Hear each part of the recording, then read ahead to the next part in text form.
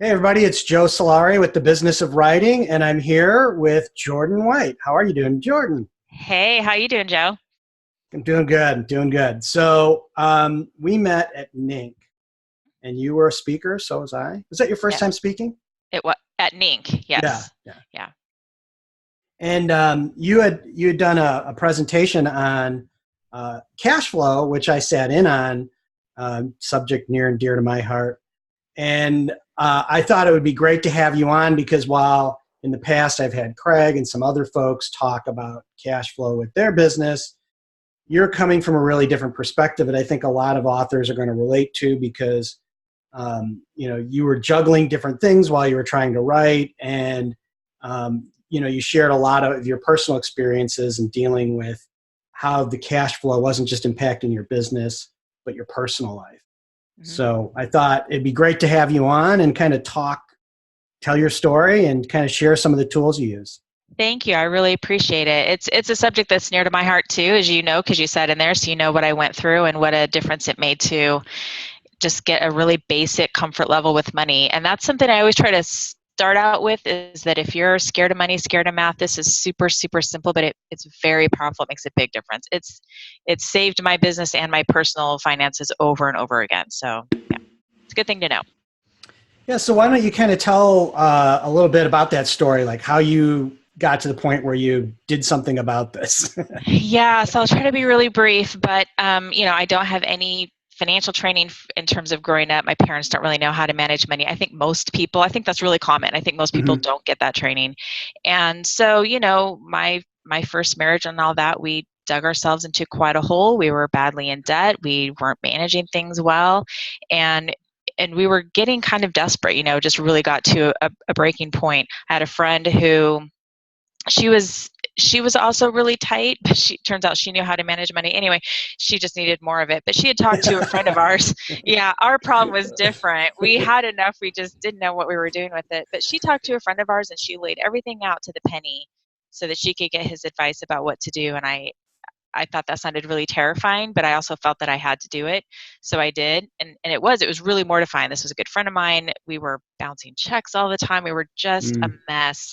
And it was really hard to lay that out and say, I have no idea what I'm doing. And just to put this into context, what were you doing as far as were you writing at this time? No, so this was many years ago. This would have been, gosh, 15 years ago, I guess. And my first book came out in 2011. So Okay. this was before then. I was a stay-at-home mom. My husband at the time had a steady job, decent paycheck, and all of that. But we were living in this tiny little place with these little kids and just charging chicken nuggets on our credit card and making really bad decisions. Mm. We just didn't know what to do. I mean, you shouldn't do that, but if you don't know what to do, what else are you going to do? So I think also it was quite the shock to my system to just lay it all out and to see, really be open with myself too about how how bad we were managing things.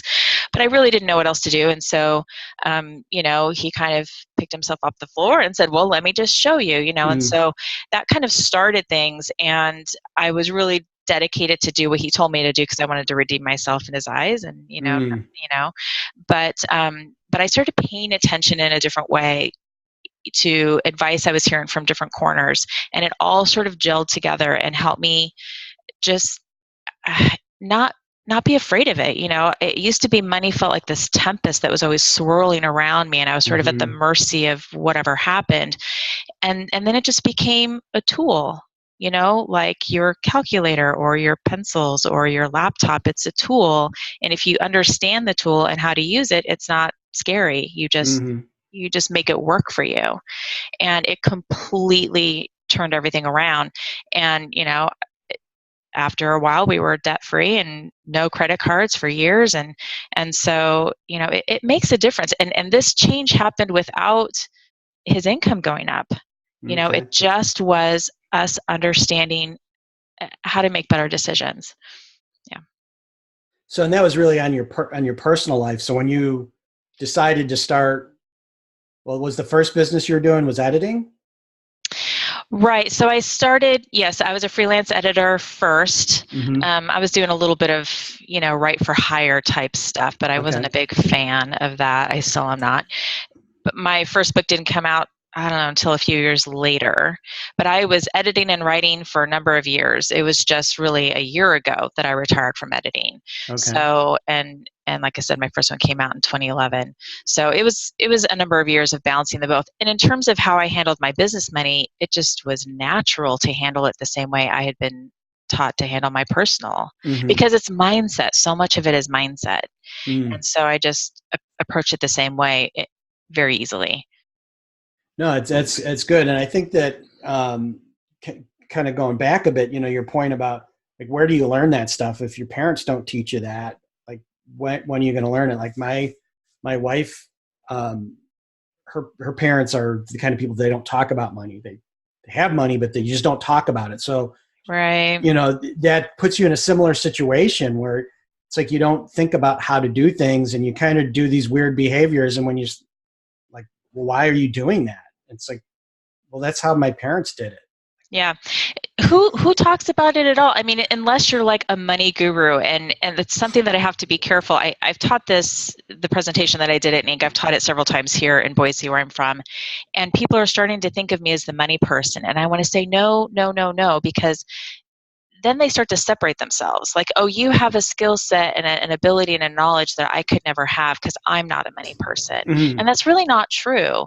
You know, I most of what I know about it, I shared in that 1 hour. It's not Mm-hmm. like I am some financial queen or whatever, but because I feel passionate about it, I don't know. I think we don't talk about it unless it's Dave Ramsey or something like that, and people sometimes feel overwhelmed by those Yeah. strategies, and it's kind of a taboo subject in our culture. I don't know. It is. It's kind of a mess. Well, and I think that my experience with it is that around the author community, it's even more scary because like if you're coming from where you earned a wage and you're moving into this world where you're going to take uh, responsibility for how all your money's earned, and it's tied to something as volatile as book sales, it gets really, really scary. And Hmm. if you haven't done anything like that, you have this, you come from this false security of, having a paycheck, right? Which, in reality could dry up at any minute, right? Right. But you don't think that way. You're just like, well, the paycheck's going to keep coming. And now you're going to move into this new thing where um, you're responsible for managing a business and your personal stuff. And if you don't even know what you're doing with your personal stuff, how would you manage the business? I think you did Right. a really good job kind of showing how the two are tied together. And It is. Thank you. It's the same thing. I mean, what I've noticed, because I always teach my fellow writers, and I always have people come up to me after or email me or something, and they automatically just push it also into their personal finances. They'll mm, take the tool that I built, that we'll talk about later, that I built it for my business, and they say, oh, I also have one for my personal, and that's exactly what you're supposed to do, because it's the mm, same. It's the same thing. And it is tough when, you know because yeah, when I did this before, or when I had that little come to Jesus moment, we were on salary, so it's a lot easier to plan that than when you've got royalties going up and down. Especially, I think something that trips a lot of people up, and I mentioned this, was things like Facebook ads and Amazon ads and BookBub ads. You're paying that money out up front, but you're not seeing the money back until later. And then, are you making a profit? Are you mm, taking a loss? What's happening? So you do need to know how to plan for all that, because I've seen people shut off a Facebook ad that's working because they can't afford to keep yeah, it running, even though they're making money from it. How hard is it to get a Facebook ad to work? You really want to shut that sucker off once you've got it going? No, you want to keep it running, right? yeah, But they yeah. they don't know how to account for the ups and downs and things like that you have to plan out in advance. And it's not hard. It's really simple. Yeah, and I think the other side of the coin is, in my experience, where I talk to authors that are really successful, right? Um, that success doesn't negate your need to have these exact same tools. Like Correct. you can be sloppier, right? But what you end up doing is wasting more money, right? Yes, that's exactly right. That's exactly right. and, Yeah. and most of the authors, when they come and work with Lisa and I, and we start to, we've had people they're making six figures from their writing, and they have no structure in place at all because 6 months before they weren't doing that, and Right. they have no basis on how to learn this. So we come in and we look through it, and it's no reflection on them, but they're doing the best they could with the information they had, and it's like, okay, well, we're going to put these things in place, and they're like, oh wow, I never would have thought of that. It's like, well, it's not magic. It's just real basic, cash flow management stuff that we have to do for this business, because we know you have costs this month for a cash flow cycle that could be 60 to 90 days. And it is basic, but the thing is, like you pointed out, who's teaching this? Do you get this in school? Do you have you ever seen, authors being taught cash flow? Like, it's so, we don't, I'm sure there's somebody doing it, but it's so uncommon, but everybody needs it. And a common myth people have is either that they make too much and they don't need it, or they make too little and they don't need it. But it does not matter how much you make. It's knowing how to control what you have. All your incoming and outgoing, you need to know how to control that to your benefit. Or yeah, you're wasting money for sure. Oh, for sure. I went to business school, at a top business school, and we had semesters on doing startups and all this venture capital stuff and all kinds of things about valuation on a business, which is tied to cash flow. But they never ever stop and say, hey, if you end up owning a business, like, where you're going to get yourself in trouble is if you don't manage your cash. Right. And one of the things that I've learned over time doing this is that it's not like there's some magical tool to figuring out what the right growth rate is for a business. Like, the only way to do it is kind of lay out all these costs, figure out how things are going to work, see when the money's going to run out, and then kind of ratchet it back, right? Like, it's the only way I've ever seen that it works. It's like, okay, I can't push this any further. And that's what I see a lot of, especially the top earning authors. What happens is they're rolling with their business, and then all of a sudden they're out of cash. And it's like, how can you be out of cash when you're making $40,000 a month? It's right. because you've deployed it all and it's out on the street. It's just not come back yet. Right. And oh, by the way, you've got a car payment.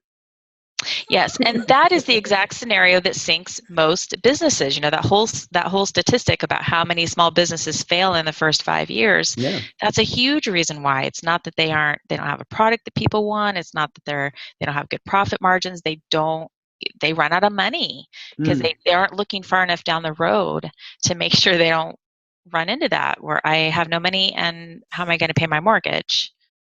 Yeah, I think that well, you've done this. You had your editing business and then your writing business. It also always takes a little bit longer than you think, right?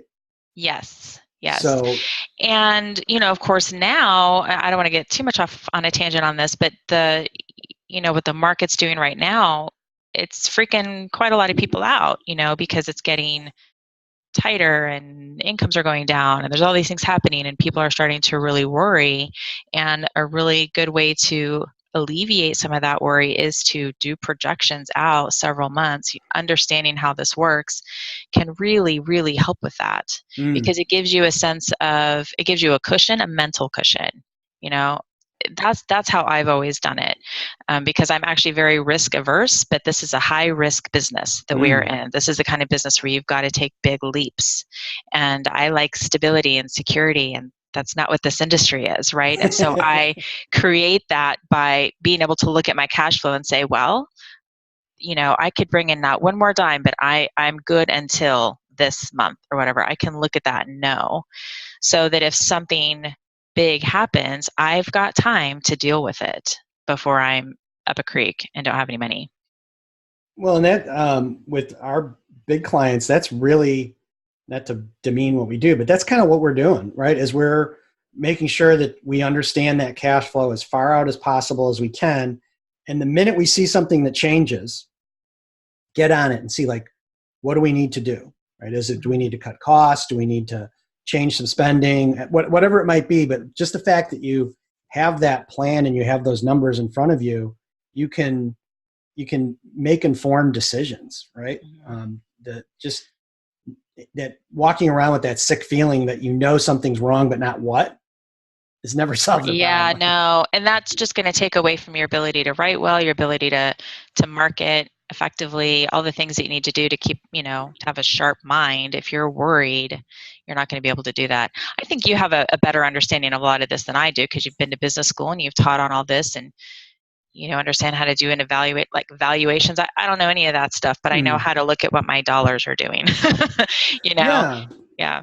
Well, my perspective in bringing this to and working with authors is like I have all these tools. One of them is kind of the tools that you use with this cash flow thing. Is these are like traditional business tools. They work on every single business.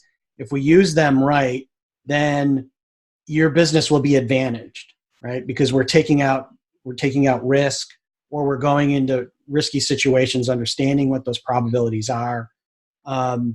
We're evaluating things in different ways, right? Like that's the other thing with a model that you can do is like you can test these things and say like, well, what if I decide not to advertise? Like we've had clients where like the decision is, you know what? In the end, yes, my sales will be lower, but I'll be more profitable. That is not uncommon. There are several things like I don't spend money in certain areas anymore because it kills my profit margin. Yeah. It just kills it. It's easier to just let it organically flow. Yeah.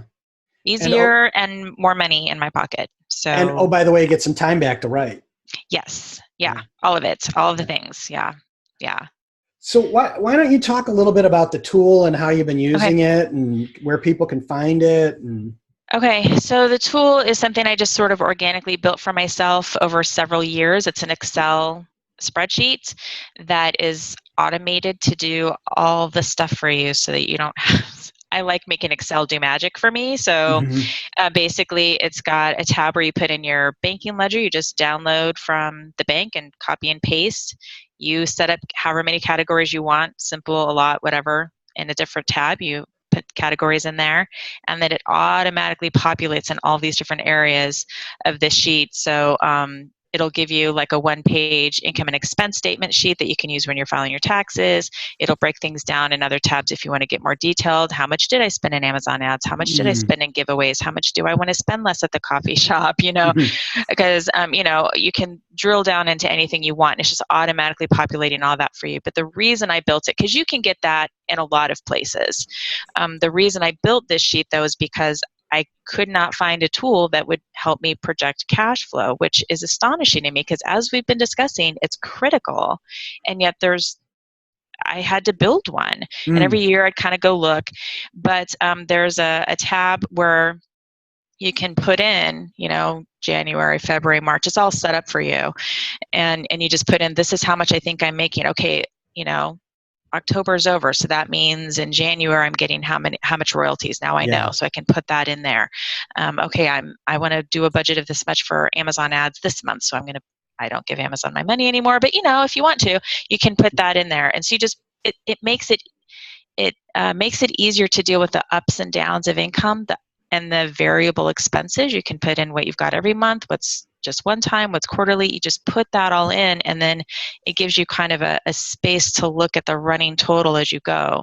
If I do this now, if I do this next month, therefore in January, this is how much I'm going to have left in the bank, right? And it makes it really, really easy. It's hard to explain just verbally without being able to show it. Yeah. But it's a very, very simple tool to use, and it will account for actuals too. So maybe you projected a certain thing, but it came in, whatever, different. That'll adjust as you go along.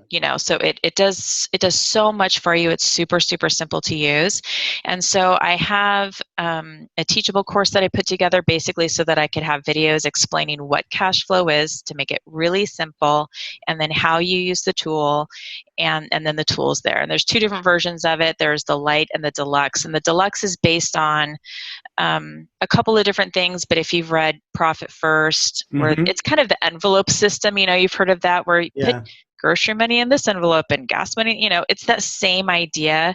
Yeah. Just so for folks that aren't familiar with it, the profit first concept, you want to kind of give your take on? Yeah, so what he suggests, it's just another strategy for controlling how much you're spending in different areas. So what he tells you to do is, deposit all your money into one account, and then as soon as deposits go in, you automatically funnel that into other bank accounts. Okay, Mm-hmm. and you take your profit out first. Because how many people, small business owners, authors, work and work and work on their businesses, and they're not taking anything home. Mm-hmm. They're not getting the reward out of it that they should be getting out of it. Would you work for a boss for free for, Mm-hmm. 16 hours a day, week after week, you know what I mean? So his whole idea is you take your profit out first, and then what you have left is your operating expenses and whatever. So he funnels it into different bank accounts. I already have a lot of bank accounts. I didn't want to do that. So I did a variation of the sheet that will do that for you, but it didn't really work well for me because when I have editing money coming in, I want to do something different with that versus when I have royalty money coming in and I need to refund the ads I've run or whatever. So it just wasn't working well for me. So I use the light version myself. Oh, okay. But they get both if they go into the course, and they can go to, we'll have a bit.ly link that we'll put in the show notes, but they can also go to jordynwhitebooks.com/courses, and Jordyn is Jordyn. So jordynwhitebooks.com/courses, and it'll automatically redirect you to the Teachable link. And you will see my picture, but a different name because it's under my fantasy pen name, which is Donna Cook. So it's the same person, but that's where they can get it. Yeah, I was thinking about that the other day, going to conferences and all the authors and all the pen names, and it's almost like mobsters, right? Like it gets confusing. It does. And when people are like, do you want to be Donna or Jordyn? I'm like, I don't know, man, just pick one. Yeah. But whatever works. Well, it's like at this point. I was saying, people were saying, well, Donna's over here. I'm like, who's Donna? I don't know Donna. I know, because we talked quite a lot. Yeah, spent a lot of time. Yeah. Yep. I should have just had multiple name tags, Yeah. It's hard. Cool. Well, that's great. You had mentioned when we were talking before we jumped on how you had used this tool to help you. The way you put it was buy time. Right. I thought that was really cool. Maybe you could explain how you kind of used this philosophy of yours to transition from what you were doing to what you wanted to do. Because I think a lot of authors are, they're living in that world right now, whether it's trying to get from a day job or if, a lot of them are editing, whatever it may be. Right. So I was an editor first and then, published my first book. So I was doing both for a long time. Editing, I was a freelance book editor. I did high-level developmental stuff. I did that for years, and that was my bread and butter. And I was, of course, trying to get the author thing rolling, trying to get it rolling.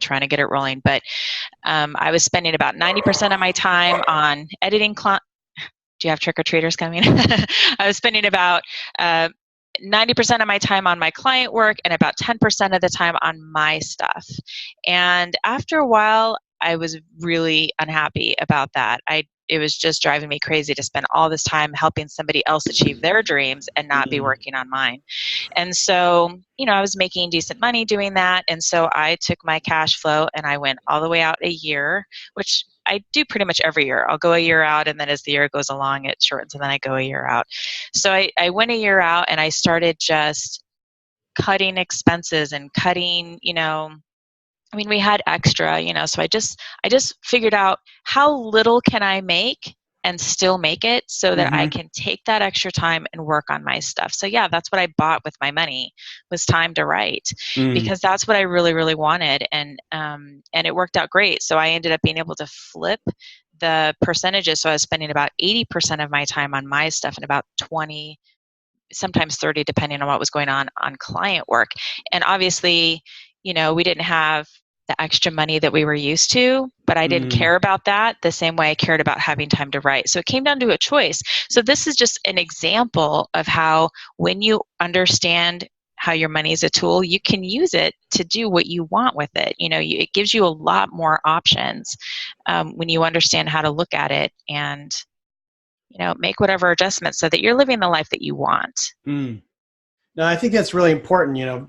So often we're talking about cash flow and it's always the negative side of like, you run out of money, you're going to go out of business. But it's like how you're using the money you have to get what you want.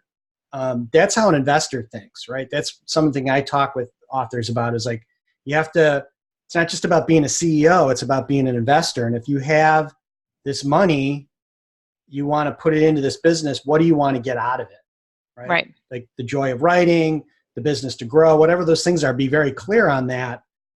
Just like a outside investor would be, right? Because small business owners suck at that.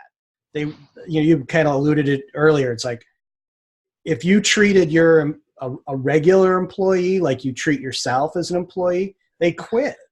Sue you, right? You're like, forget that, man. I'm not doing that. Yeah. They probably would have a case against you, right? Right. And I think it's because we don't come into this business because we want to be business owners, right? When I was a little girl, I wanted to write books. Mm-hmm. That's what I wanted to do. And I don't really want to spend my time in an office working for Joe Schmo doing Mm-hmm. whatever for his dream. I want to work on mine. And so the business just comes with it these days, right? Yeah. I mean, it used to be, and I still know some people who are traditionally published and they're successful there. They don't have to deal with near the things that we have to deal with as indies. But, of course, they've got a boss. They've got a publisher telling them what to do, and I kind of don't like to be told what to do. So I like that I'm indie, but yeah, all this stuff came with it that I was not prepared to deal with. You have to learn that as you go. Yeah, and that's not just an author thing. It's every business. Anybody that ever quits a job because they think they can do something better or have a better idea, and they go and they're successful at it. Eventually, they end up with a business, right? Like it's like, oh God, now I got employees, I got rent to pay, I got whatever it is, right? You've got to figure out how to make sure that you put those systems in place so that it doesn't become that you're just working on the business all the time, right? Mm-hmm. I certainly think that's something that every small business owner has to grapple with and figure out a system. Yeah, systems are really important, and that's something I've worked on in various areas, and that was one of the reasons why I spent time every year just kind of tightening up the Excel. Mm-hmm. I don't mess with it anymore because it's where I want it to be, but because it saves time. I would hate sitting down and, you'd get behind on entering in your transactions or whatever, and it just takes so long. And who wants to do that? I've got other things to do, whereas now I can do a month in, 15 minutes. Like it doesn't take that long, So yeah, having systems so that you're spending your time on what you want, that's worth knowing how to do that. For sure. Well, we'll definitely put that in the show notes again, but it was JordynWhiteBooks.com/courses. Courses. And then that'll drive you to the course, and inside there is your spreadsheet and everything else. Yep. Cool. Well, it's great talking to you again. Great talking to you too. Yeah. Thanks for having me on. I really, really appreciate it. Yeah, we'll have you on again. As you're figuring things out along the way that can help authors out, we'd love to have you on and talk about how they can learn from you about your business. And anytime. All right. Thanks, Joe. Bye. Bye.